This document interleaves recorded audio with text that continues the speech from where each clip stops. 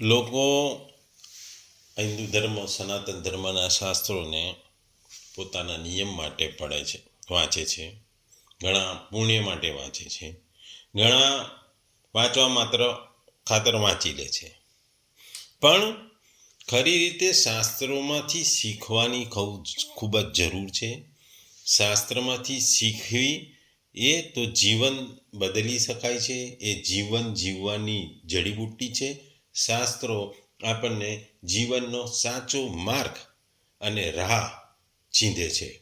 એટલે શાસ્ત્રોનું ખૂબ જ મહત્ત્વ છે. ભગવદ્ ગીતાનો અધ્યાય 5 અને શ્લોક 1.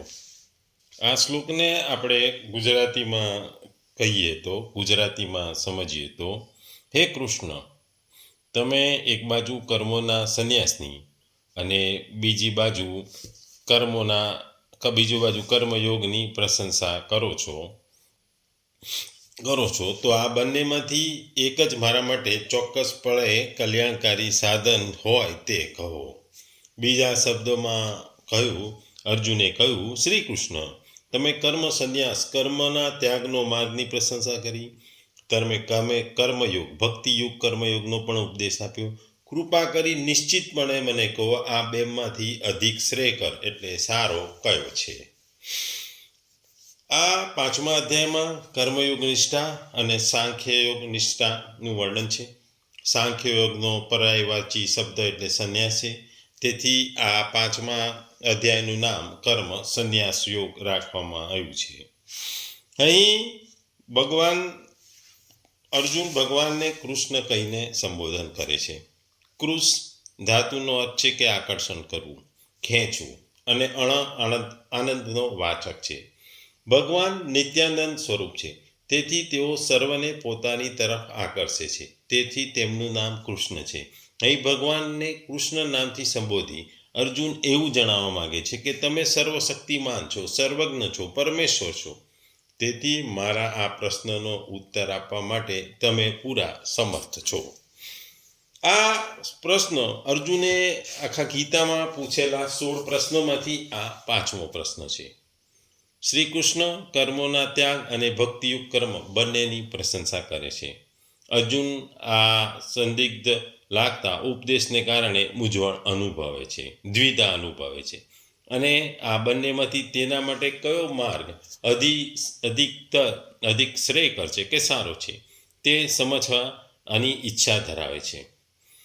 પ્રથમ અધ્યાયમાં અર્જુનની દુઃખની પ્રકૃતિનું વર્ણન કરવામાં આવ્યું હતું.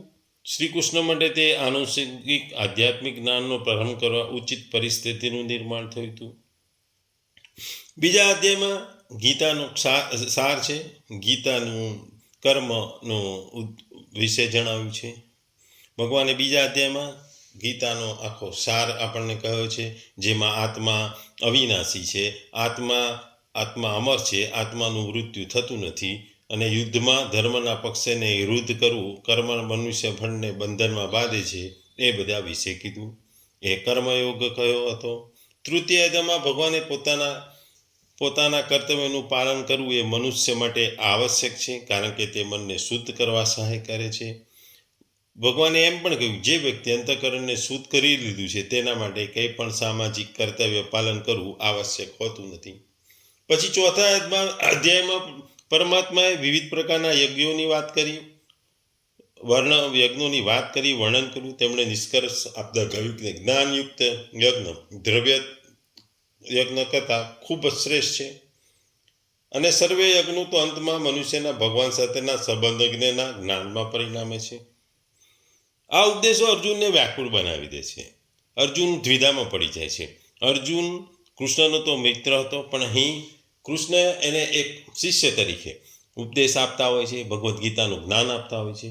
એટલે અર્જુન વ્યાકુળ થઈ જાય છે. એને થાય છે કે કર્મનો સંન્યાસ અને આ કર્મયોગ બંનેની ભગવાન પ્રશંસા કરે છે. હવે એમાંથી સારું શું એ જાણવા માટે એ ભગવાનને અહીં પ્રશ્ન કરે છે. આપણે જોઈએ છે કે જીવનમાં સામાન્ય રીતે જ્ઞાન મેળવતા સાધક હોય, શિષ્ય હોય કે સ્ટુડન્ટ હોય, એ હંમેશા ભગવાન અહીં કૃષ્ણ ભગવાન સામે છે, એમ પોતાના ગુરુ સામે હંમેશા પ્રશ્નો કરતા હોય છે, અને એ પ્રશ્નોથી એના મનમાં જે રહેલી હોય શંકાઓનું એ નિરાકરણ થાય છે. એટલા માટે તો ગુરુની જીવનમાં આવશ્યકતા છે કે ગુરુ આપણને આપણી રહેલી મનની સંશયોને દૂર કરે છે. આગલા ચોથા અધ્યાયમાં પણ ભગવાને સંશયો દૂર કરવા કહ્યું હતું, કારણ કે સંશયનો દૂર કરો તો જ એ આપણા કામની વસ્તુ છે.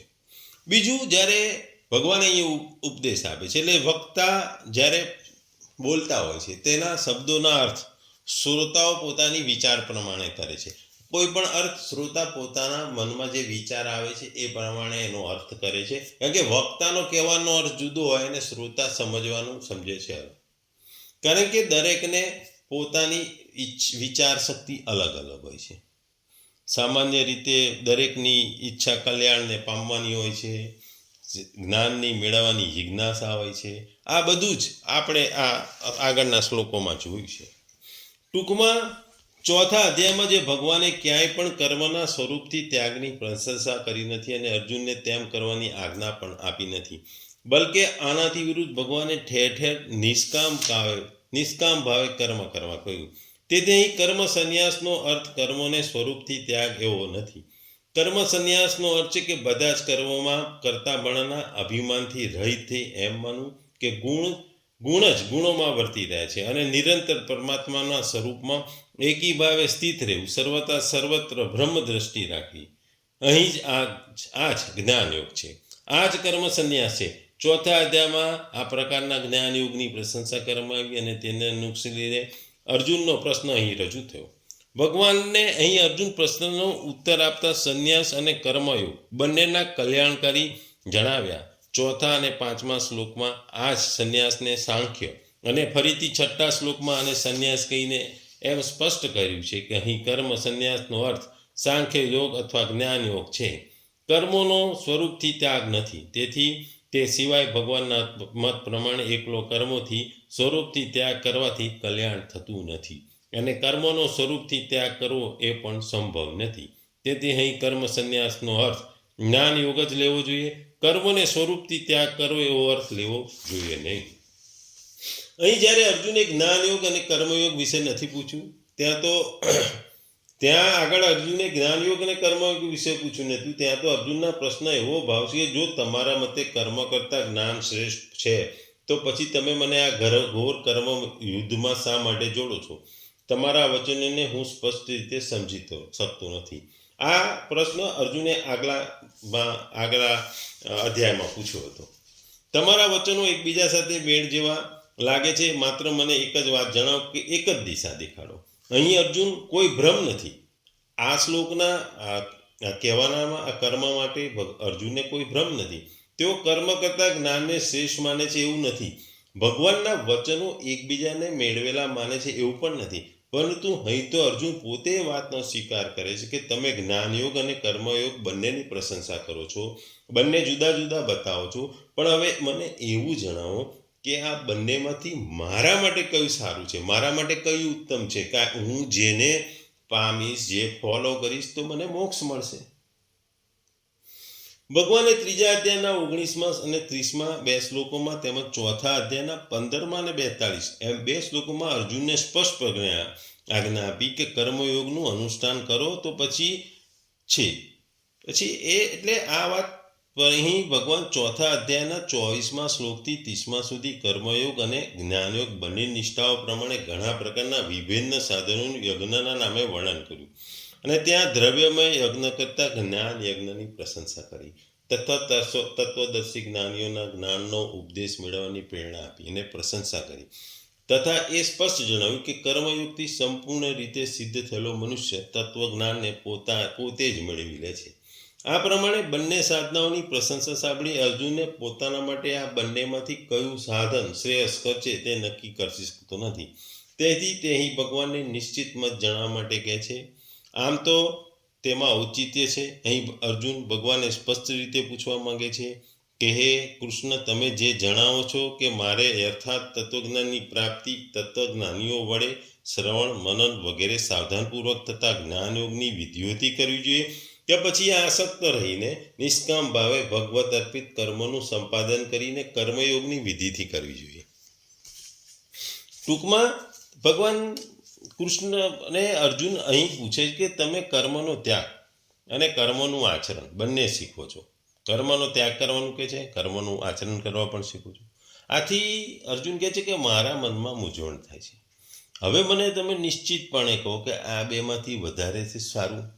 બંને એકી સાથે આચરણ કરવું તે માનવી માટે કે મારા માટે શક્ય નથી. યોગ એટલે કે અહીં કર્મયોગ છે, એટલે તમે મને કહો કે હું કઈ વસ્તુને ફોલો કરું. અહીં અર્જુન જે પોતાના કૌટુંબિક પ્રેમ છે એ મનમાં યુદ્ધ ન કરવાનો ભાવ પેદા થઈ ગયો છે અને અર્જુન યુદ્ધ ન કરવાના અનેક તર્ક વિતર્કો પહેલા અધ્યાયમાં આપણે કીધું. એણે કીધું કે યુદ્ધ કરવું એને પાપ બતાવ્યું. તેઓ યુદ્ધ ન કરવાની કરીને ભિક્ષાના અન્ન વડે નિર્વાહ કરવાનું શ્રેષ્ઠ સમજ્યું ને તેમણે નિશ્ચય કરી ભગવાનને સ્પષ્ટ કરી દીધું હું કોઈ પણ પરિસ્થિતિમાં યુદ્ધ કરીશ નહીં. પ્રાય વક્તાના શબ્દોનો અર્થ જોતા પોતાને વિચાર અનુસાર કરવી. સ્વજનોને જોઈને અર્જુનના હૃદયમાં મોહ પેદા થયો. તેના અનુસાર તેમને યુદ્ધરૂપી કર્મના ત્યાગની વાત ઉચિત લાગી. આથી ભગવાનના શબ્દોને તેઓ પોતાના વિચારને અનુસાર સમજીને રહ્યા કે ભગવાનના કર્મને સ્વરૂપથી ત્યાગ કરી પ્રચલિત પ્રણાલી અનુસાર તત્વજ્ઞાનની પ્રાપ્ત કરવાથી જ પ્રશંસા કરી શકાય. એટલે અહીં આ ચોથા અધ્યાયના 38મા શ્લોકમાં ભગવાને કર્મયોગીને બીજા કોઈ પણ સાધન વિના અવશ્યમેવ તત્વજ્ઞાન પ્રાપ્ત થવાની વાત કહી. તેને લક્ષ્ય બનાવી અર્જુન ભગવાને કહી રહ્યા છે કે ક્યારેક તો આપ જ્ઞાન યોગની પ્રશંસા કરો છો અને ક્યારેક કર્મયોગની પ્રશંસા કરો છો. આ જ જાતનો પ્રશ્ન અર્જુને બીજા અધ્યાયમાં પણ કર્યો હતો 7મા શ્લોકમાં કે તેના ઉત્તરમાં ભગવાને બીજા અધ્યાયના 47-48મા શ્લોકમાં કર્મયોગની વ્યાખ્યા કરી તેનું આચરણ કરવા કહ્યું. પછી ત્રીજા અધ્યાયના બીજા શ્લોકમાં અર્જુને ફરીથી પોતાના કલ્યાણની વાત પૂછી, જેના ઉત્તરમાં ત્રીજા અધ્યાયના 30મા શ્લોકમાં નિષ્કામ, નિર્મમ અને નિસંતાપથી યુદ્ધ કરવાની આજ્ઞા આપી અને 35મા શ્લોકમાં પોતાના ધર્મનું પાલન કરવાનું કલ્યાણકારી બતાવ્યું. અહીં અર્જુને જે વાત પૂછી છે તેના ઉત્તરમાં ભગવાને કહ્યું કર્મયોગ શ્રેષ્ઠ છે. કર્મયોગી સુખપૂર્વક સંસાર બંધનથી મુક્ત થઈ જાય છે. કર્મયોગ વિના સાંખ્ય યોગનું સાધન સિદ્ધ થવું કઠિન છે, પરંતુ કર્મયોગી શીઘ્ર જ છે, બ્રહ્મને પ્રાપ્ત કરી છે. આ રીતે કહીને ભગવાન અર્જુનને જાણે એ બતાવી રહ્યા છે કે કર્મયોગ જ તારે માટે શીઘ્રતા અને સુગમતાપૂર્વક બ્રહ્મની પ્રાપ્તિ કરાવનારો છે. આથી તું કર્મયોગનું અનુષ્ઠાન કર. અર્જુનના મનમાં મુખ્યત્વે પોતાના કલ્યાણની ઈચ્છાઓ હતી. એટલે માટે તેઓ વારંવાર ભગવાનની સામે શ્રેય વિષયક જિજ્ઞાસા રાખે છે. કલ્યાણની પ્રાપ્તિમાં ઈચ્છાનું પ્રાધાન્ય હોય છે. સાધનની સફળતામાં વિલંબનું કારણ પણ આ છે. કલ્યાણની ઈચ્છા પૂરી રીતે જાગૃત નથી થઈ. જે સાધકોમાં તીવ્ર વૈરાગ્ય નથી તેઓ પણ કલ્યાણની ઈચ્છા જાગૃત થતાં કર્મયોગનું સાધન સુગમતાપૂર્વક કરી શકે છે. અર્જુનના હૃદયમાં પણ ભોગોથી પૂર્ણ વૈરાગ્ય નથી, પણ તેમનામાં પોતાના કલ્યાણની તો ઈચ્છા છે. એટલા માટે એ કર્મયોગના અધિકારી છે, કર્મયોગની વાતો કરે છે. પહેલા અધ્યાયના 32મા અને બીજા અધ્યાયના 8મા શ્લોકમાં જોવાથી જણાય છે કે અર્જુન મૃત્યુલોકના રાજ્યની તો વાત શું, ત્રિલોકનું રાજ્ય પણ નથી ઈચ્છતા. પરંતુ વાસ્તવમાં અર્જુન રાજ્ય તથા ભોગોને સર્વથા ન ચાહતા એવી વાત કોઈ પણ કરી નથી. તેઓ કહે છે કે હું યુદ્ધમાં કુટુંબજનોને મારીને રાજ્ય તથા વિજય નથી ઈચ્છતો. એટલે એનું તાત્પર્ય છે કે કુટુંબીઓ માર્યા વિના રાજ્ય મળી જાય તો લેવા તૈયાર છે. બીજા અધ્યાયના 5મા શ્લોકમાં અર્જુન કહે છે કે ગુરુજનોને મારી ભોગ ભોગવવા એ યોગ્ય નથી.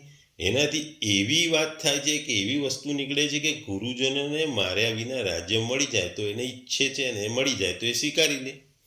બીજા અધ્યાયના 6મા શ્લોકમાં અર્જુન કહે છે કે કોણ જીતશે એની એમને ખબર નથી. તેઓને મારીને હવે જીવવાનું પણ નથી ઈચ્છતા. એનું તાત્પર્ય છે કે જો મારો વિજય નિશ્ચિત હોય તથા તેમને માર્યા વિના રાજ્ય મળતું હોય તો હું લેવા તૈયાર છું. આગળ બીજા અધ્યાયના 37 શ્લોકમાં પણ ભગવાન અર્જુનને કહે છે તારા હાથે તો બંને હાથે લાડુ છે. તું યુદ્ધમાં માર્યો ગયો તો તને સ્વર્ગ મળશે અને જીતી ગયો તો રાજ્ય મળશે. જો અર્જુનના મનમાં સ્વર્ગ અને સંસારના રાજ્યની કિંચિત માત્ર પણ ઈચ્છા ન હોત તો તે ભગવાનને ભાગે જ એવું કહેત. આથી અર્જુનના હૃદયમાં પ્રતીત થવાળો વૈરાગ્ય વાસ્તવિક નથી, પરંતુ તેમનામાં પોતાના કલ્યાણની ઈચ્છા છે, જે આ શ્લોકમાંથી છતી થઈ રહે છે. એટલે એ ભગવાનને સંન્યાસ અને કર્મનો સંન્યાસ અને કર્મયોગના માંથી એના માટે કયું સારું છે એ માટે એ પૂછે છે. એની એ માહિતી ભગવાન પાસે માંગે છે કે આ બેમાંથી મારા માટે, મારા જીવન માટે, મારા કર્મ માટે શું મહત્વનું છે અને શું સારું છે. ટૂંકમાં અર્જુન અહીં ભગવાનને પૂછે છે કે તમે મને ક્યારેક કર્મનો ત્યાગ કરવાનો કહો છો, પછી ક્યારેક કર્મ કરવાનો કહો છો, પછી ક્યારેક જ્ઞાનયુક્ત કર્મ કરવાનો કહો છો, ફરીથી પાછા તમે જ્ઞાન યોગને મહત્વ આપો છો. ઘણી વખત યજ્ઞની વાત કરો છો અને એમાં દ્રવ્ય યજ્ઞ કરતા જ્ઞાન યોગની વાત કર્યું છે. દ્રવ્ય યજ્ઞ કરતા જ્ઞાન યજ્ઞ મોટો છે. પછી તમે આત્મજ્ઞાનની વાત કરો છો. તમે આત્મજ્ઞાન બહુ મહત્વનું છે અને ગુરુ પાસેથી લેવું, ગુરુ દ્વારા લેવું, ગુરુથી મળતું જ્ઞાન બેસ્ટ છે.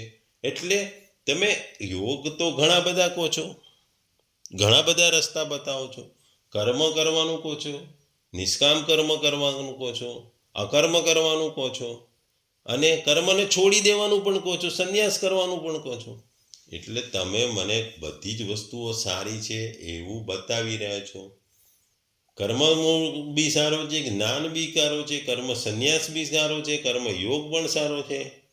તો હવે મને તમે કહો કે આ કર્મનો સંન્યાસ અને કર્મયોગ આ બંનેમાંથી મારા જીવન માટે, અર્જુન માટે, એટલે કે મારા જીવન માટે કયો ઉત્તમ છું, જે મને ફળશે અને મને મોક્ષને પામશે.